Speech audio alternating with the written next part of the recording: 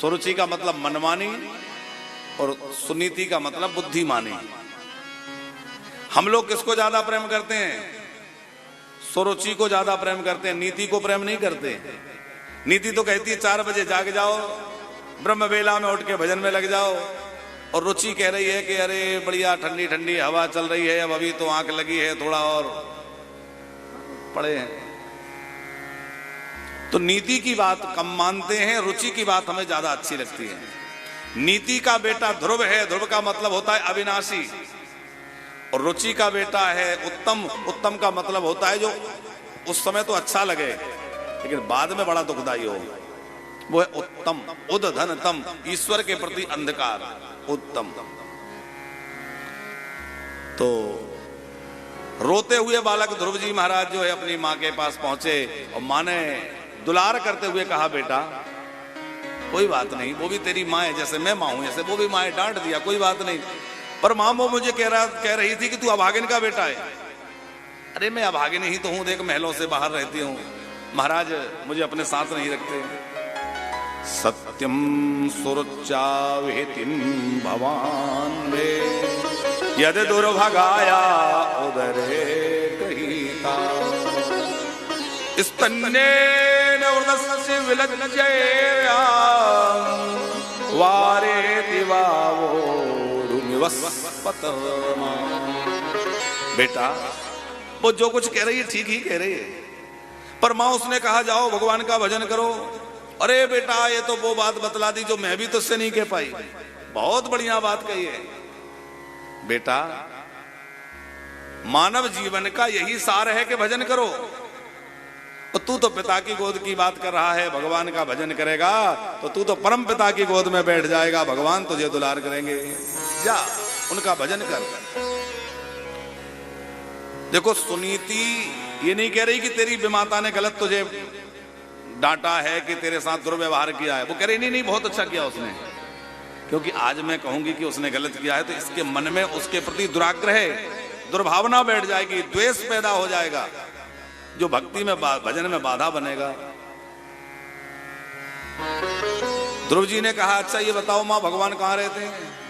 बोले बेटा वो कहाँ नहीं रहते, सब जगह रहते। बोले दिखते तो है ही नहीं। बोले ऐसे नहीं दिखेंगे, दूध में घी रहता है दिखता है? बोले नहीं, लेकिन जब मंथन करते हैं तो दिखता है कि नहीं? बोले हाँ तब तो दिखता है। बोले उसी प्रकार जैसे दूध के कणकण में घी है, वैसे सृष्टि के कणकण में परमात्मा है, पर वह प्रेम से प्रकट हो ही में जाना, प्रेम से प्रकट होता है। 5 वर्ष के बालक माता को प्रणाम करने लगा, अच्छा तो जाऊं? बोले हाँ बेटा तेरा कल्याण हो, भगवान तुझ पे अनुग्रह करें, जा। माँ मुझे भूख प्यास लगेगी तो कौन भोजन देगा? बोले जिसके नाम पे जा रहा है वही देगा। मेरी रक्षा कौन करेगा? बोले वही करेगा। ध्रुव जी चल पड़े। छोटी सी अवस्था है, नन्हे बालक हैं, कहां जाऊं क्या करूं, बीहड़ बन है, साए साए करके हवा चल रही है। उधर देखा कि एक लंबी चोटी वाले महात्मा चले जा रहे हैं। अब स्वभाव ऐसा है, माँ ने सिखाया है, कोई संत दिखे कोई महापुरुष दिखे तो प्रणाम करो। तो नारद जी जा रहे थे, वो महात्मा कौन है? नारद जी। ध्रुव जी ने जाके बालक ने प्रणाम किया। नारद जी को दया आई, उठा करके कहा बेटा रास्ता भूल गए क्या? ये अकेले इतने बच्चे, छोटे बच्चा जंगल में क्या कर रहे हो? ध्रुव जी के नेत्र भर आए और कहने लगे, हाँ महात्मन मैं मार्ग भटक गया हूं, भटकते भटकते जाने कितने जन्म बीत गए हैं, अब आप ऐसा रास्ता दिखला दीजिए कि जिससे मंजिल मिल जाए। मंजिल माने ठाकुर जी मिल जाए। अरे बेटा कहां चक्कर में पड़ गया? जिन भगवान की तू बात कर रहा है, बड़े बड़े महात्मा वर्षों से तपस्या करने बैठे, उनको भगवान की झलक ना मिली, तुझे भगवान मिल जाएंगे? अरे तू छोटा बच्चा है, जा घर में जाके खेल कूद, फिर राजा बनना, बुढ़ापे में भजन करना। अब नारद जी ये सब इसलिए कह रहे हैं परीक्षा लेना है, वैराग्य कैसा है। नारद जी से ध्रुव जी बोले, गुरु जी अब आप जैसा चाहें मार्गदर्शन करें तो ठीक है, नहीं तो मैं लौटूंगा तो नहीं, पक्का दृढ़ निश्चय है कि लौटूंगा नहीं। अब तो या तो भगवान मिले या देह त्याग दूंगा। फिर तो नारद जी समझ गए कि चेला पक्का है।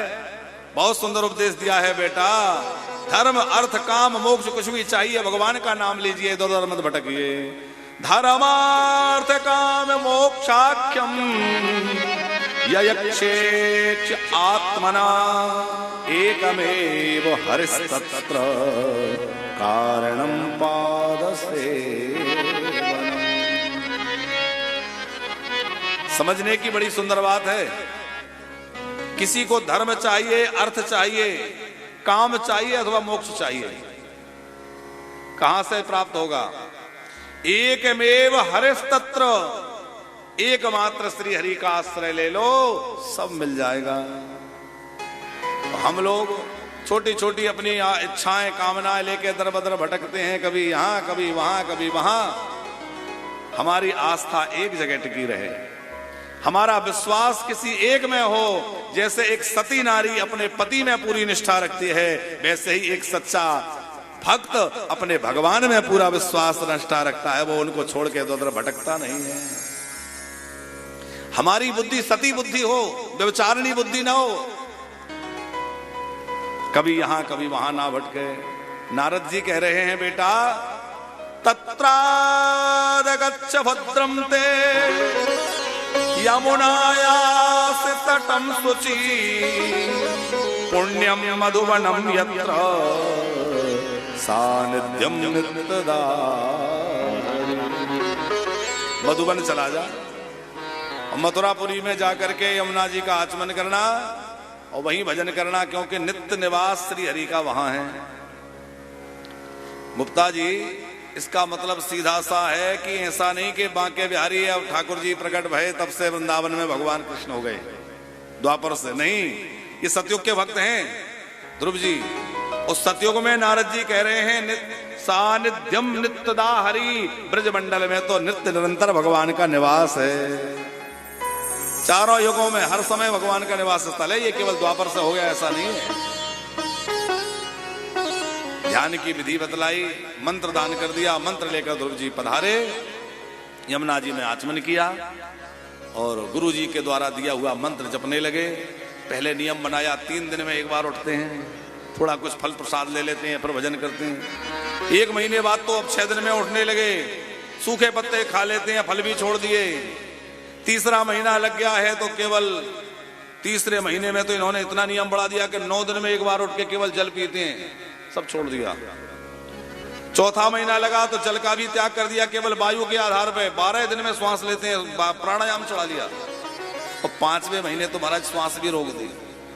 तो सब परेशान हो गए, भाई ये क्या हुआ, क्योंकि सबकी श्वास रुकने लग गई।